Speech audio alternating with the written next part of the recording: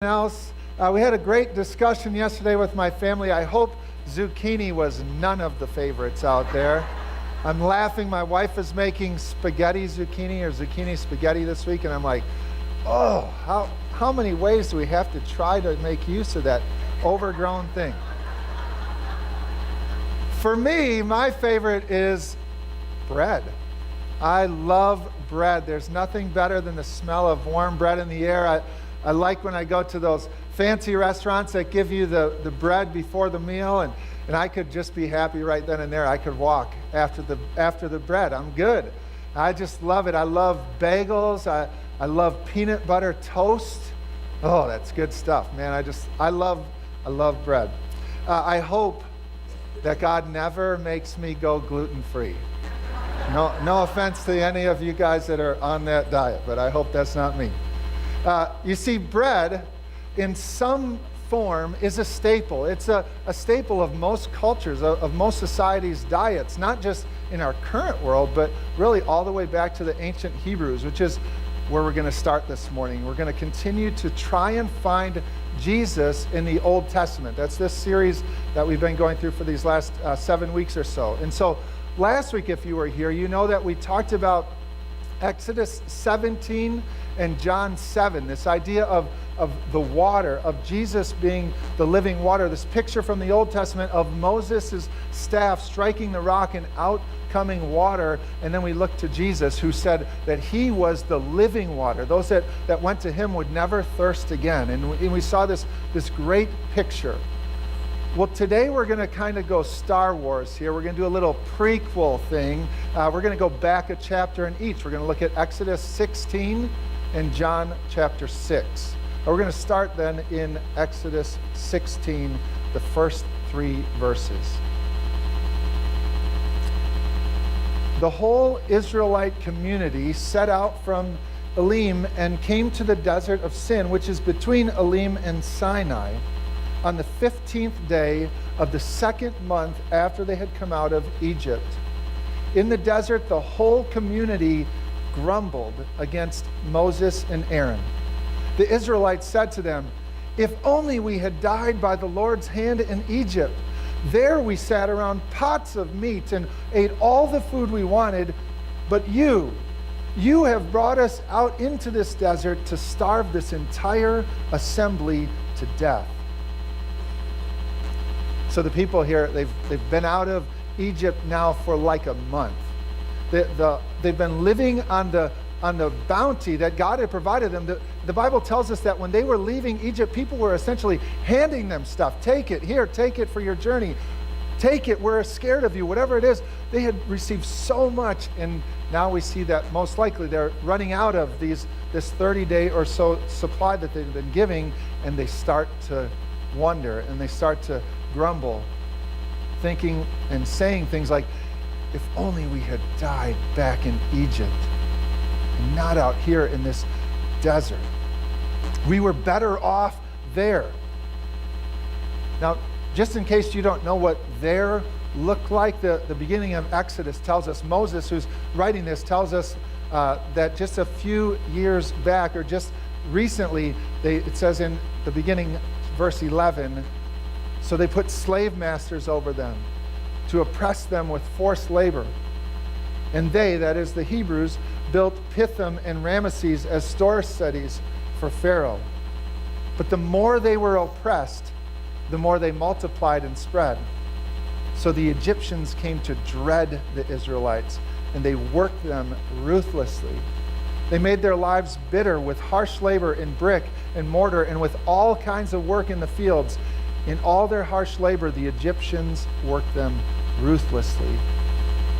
That's what they wanted to go back to, but it doesn't even stop there. You see, the very account of Moses' birth tells us that this wasn't enough just to work them hard enough. They decided to murder all the Israelite boys. That's the path that they had to take to eradicate this growing population among them.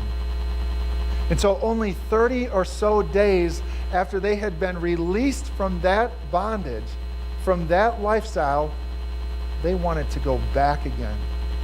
And they made their their statements, their thoughts known to Moses, and in turn, they were essentially saying them then to God.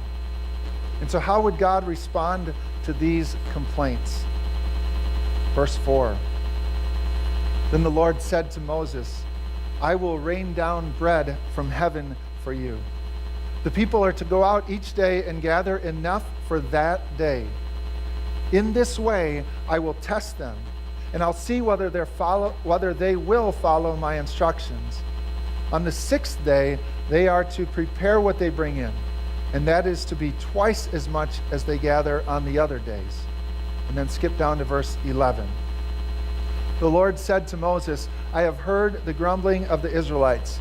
Tell them, at twilight you will eat meat, and in the morning you will be filled with bread.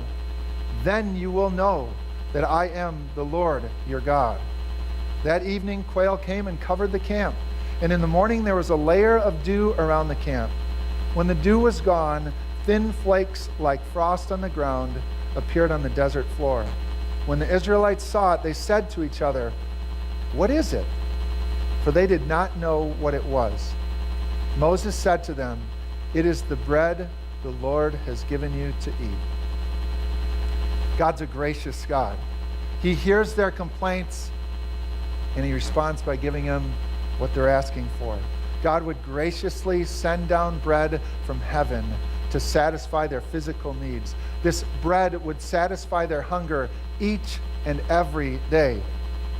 They would call it manna. That's how we know it, right? Which means there, as the question was asked, what is it? They'd never seen it before. A little later in the chapter here and in the account, Moses describes what it looks like. And here's a picture of what it looks like. He said it looked like coriander seed. He also describes it later to be like wafers of honey that the people would eat. In the book of Numbers, he describes it that it tasted like something that had been made with olive oil.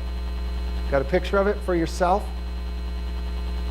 Describes it well, what that looked like. But this provision that God had given to them every day came with just a few simple instructions. The first was, gather enough for today only. They weren't supposed to keep any extra for tomorrow. And that enough for today that God was talking about would be an omer. Now, we don't use an omer, but we do use quarts. And so an omer would be this much, about 2 quarts in our modern equivalent. So 2 quarts full of coriander-like seed that the people could eat. I'm going to set these down over here. So that's the daily provision, except, as you heard already, they were to do that twice on the 6th day of the week. So they'd get 4 quarts per person. And that was going back to, we don't have the 10 Commandments yet. That is going back to God's original design in creation, that they are to work for 6 days and rest on that 7th. And so God would provide for them in amazing ways, day after day. But as I read these 15 or so verses, as I kept going over this account of the provision of manna and all the pieces of the puzzle that came with it, I just kept reading that last line of verse 4 over and over and over, where God says, in this way I will test them and see whether they will follow my instructions. You know, that line is really one of the main themes of the entire Bible. This intersection or this connection point between faith or trust or belief, however you want to, whatever word you want to choose there, faith, trust, or belief, and obedience. Of trusting that God is the authority, that he knows that when he says, go pick out 2 of those, that will be enough for you, and I'll make sure day after day. He knows that we trust his authority and that people will trust that he knows what is best for us. Of God's provision over our everyday lives. And so I ask you guys gathered here, how do you view God's desire of your obedience? Unfortunately, some people see God as sort of a power-hungry taskmaster. Do this and do this and do this, but don't do that or that. But you should do this, don't do that. And so we think that all he wants to do is punish us because we think if we just do that one too many times or don't do that enough times, then he's going to send me to hell. Some people see God as some sort of cosmic killjoy that took all these things that we think would be really fun and really good for us, and he says, don't do those. And so he wants to just take away the fun things of our lives. Some see obedience as more of an Old Testament thing. You know, Jesus came and he forgives us from all of our sin, and all that other stuff, all those rules or the obedience thing is really just an Old Testament mindset. Yet Jesus says in John 14, if you love me, keep my commands. So what if, instead of these thoughts on God's asking of our obedience, is that the truth is that he's an amazing creator. An amazing creator of all of the wonder that we see around us. Pastor Rick just talked about that from the wedding yesterday. You probably saw it this week. You maybe saw it yesterday if you were out doing something. What if he's the amazing creator of that? But not only that, but he created us as humans as his number one main prize. That he created us specifically to have a relationship with him, to bring glory to him in the world around us. And that creator of the universe, who is big enough to create all of that, wants to have a relationship with me. And because he loves me, he loves us so much that he knows and he wants what's best for us. And not only that, but he provides us all that we'll ever need. And in the midst of thinking about that, he simply asks us to trust him and to honor that trust by following him through the big and small details of our individual lives, by obeying him, by making him not ourselves, not our career, not our children, not our spouse, not whatever else you put into the blank, making him as Lord of our life. And so I ask you, is he Lord over your life? Let's go back to that bread from heaven described as manna. How did the Hebrews do then with that test that God had given them? For the most part, pretty good, as Moses describes. He says that some grabbed a little too much. They grabbed more than their two quarts, and the next morning when they went and looked at it, it stunk in the worst way, and it was crawling with maggots. And some went out on the seventh day to scoop up some more to find that there was nothing on the ground. And yet in the midst of some of that disobedience, God continued to provide that bread, that manna, day after day, that quail day after day, just what the people needed every day for 40 more years. Let's see how that bread connects then to Jesus in John chapter 6. At the beginning of chapter 6 in John, we see the famous account of Jesus feeding 5,000 people with 5 loaves and 2 fish. We're not going to talk about that bread yet, though. The crowd, as they see this miraculous event where there's 12 baskets full yet of each of those, the crowd then sees him and they want to install him as king. They want him as their leader. They want him to overtake Rome and do the things that they've been longing for. But Jesus knows it's not time. That's not what he came to do. So he slips out of there, out of this crowd of 5,000 men, the Bible describes. So maybe 10,000 people there or more. Jesus slips out of there. And the disciples, as Jesus goes away, as he sometimes does, they get in a boat and they head back home to their base camp. They go across the Sea of Galilee to their city of Capernaum. And during their nighttime trip then, the piece that happens next, as they know Jesus is off on the mountainside and they've left without him during the nighttime trip, was about 8 miles or so. The Bible tells us they're 3 to 4 miles into that journey, the waves start coming on strong. It's a nighttime storm, so to speak, and as they're going, all of a sudden here's Jesus walking on the water up to their boat. And John describes it as Jesus gets into the boat, immediately they're on the shore. They go right to the shore. He walks on water. We'll pick it up then in verse 22.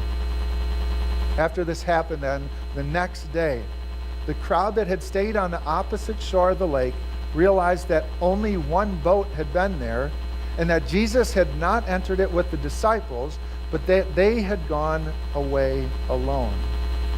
Then some boats from Tiberias landed near the place where the people had eaten the bread after the Lord had given thanks. Once the crowd realized that neither Jesus nor his disciples were there, they got into the boats and went to Capernaum in search of Jesus.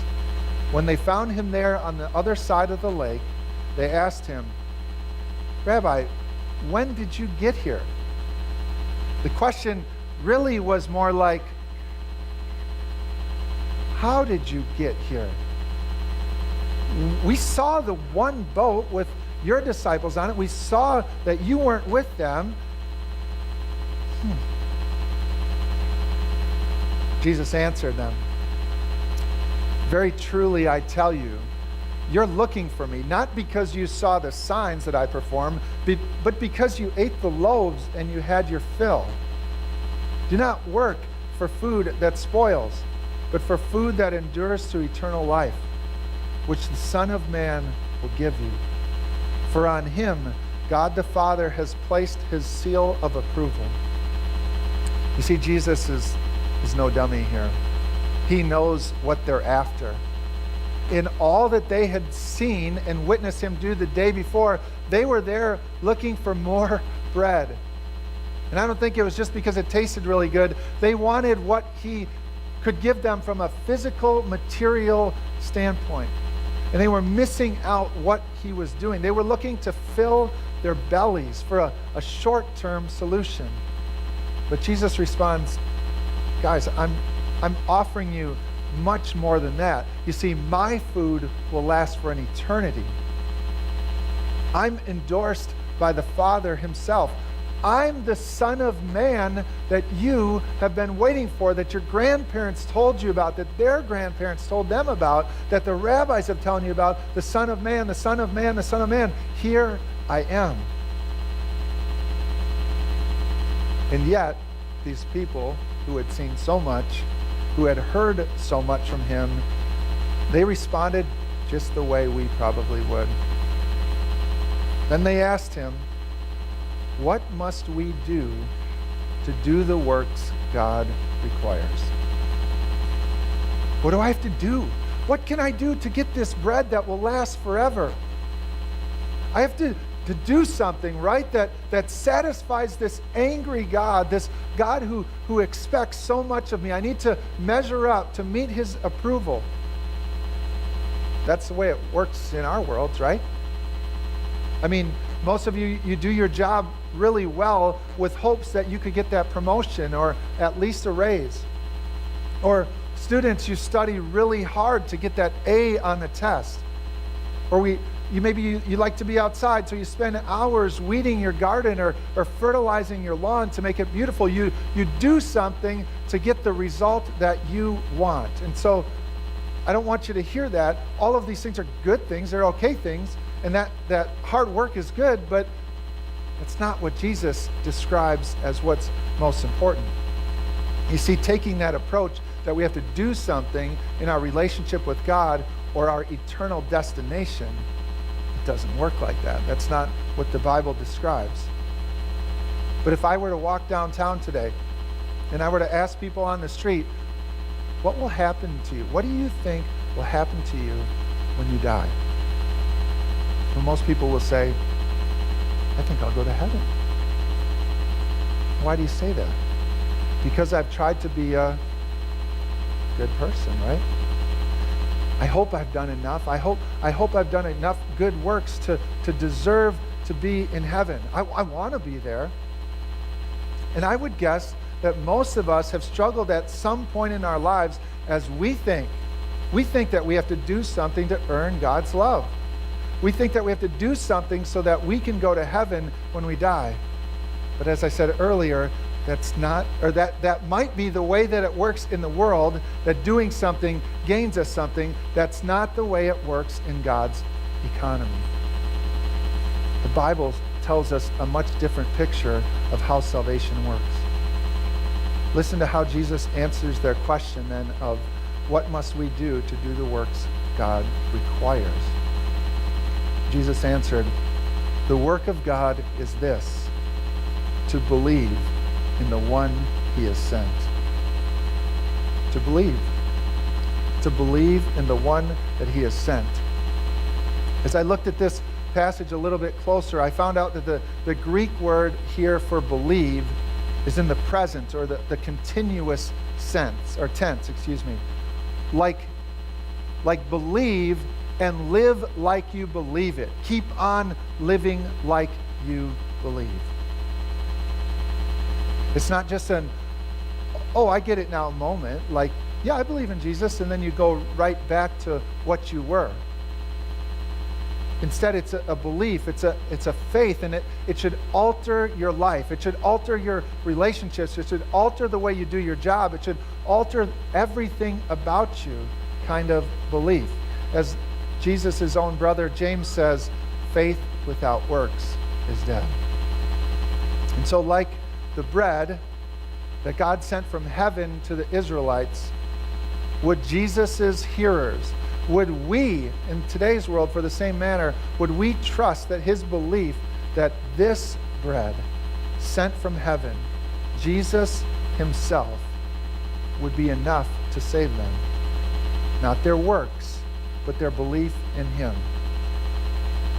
The crowd, though, in hearing that and thinking about it, they still wanted more proof before they'd believe him. Not even believe in him, but just believe what he was saying to be true.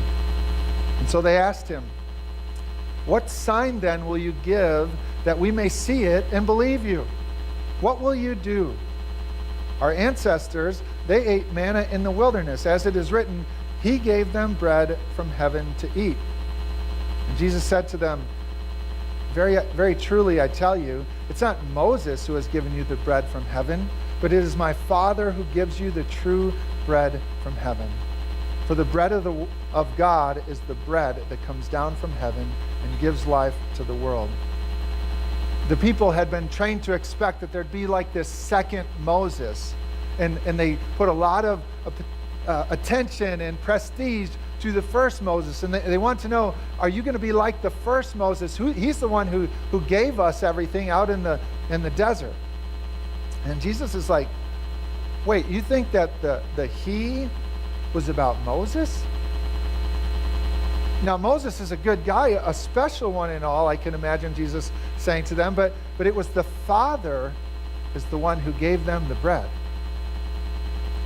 And the Father is giving you right now a new and different bread that will give life to the world. And so they respond again, Sir, always give us this bread. And then Jesus declared, I am the bread of life. Whoever comes to me will never go hungry, and whoever believes in me will never be thirsty. I am. When Jesus said those words, and this is the first of 7, I believe, in the book of John specifically, of these I am statements, that's a big deal.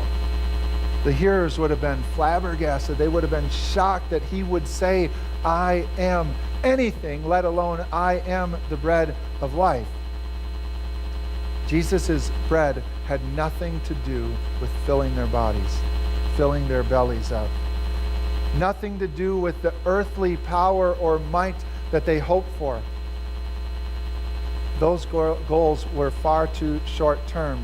He tells them he is the bread of life, eternal life.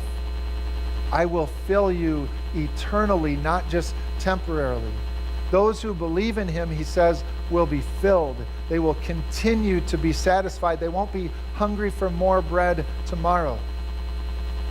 When we have a right relationship with Jesus, when we have faith and trust in him, our real needs will be supplied. It all comes down to the first part of a gospel acronym that I've talked about a time or two that we use regularly with our youth group. The G, that God created us to be in relationship with him. We talked about that earlier. He created us to be with him. Nothing else. that you come into contact with in this world. Nothing else, no other line of thought, no other thing that we put in our belly, no other promotion we get at a job, nothing else will ever be able to satisfy us fully. So I ask you, what bread are you eating?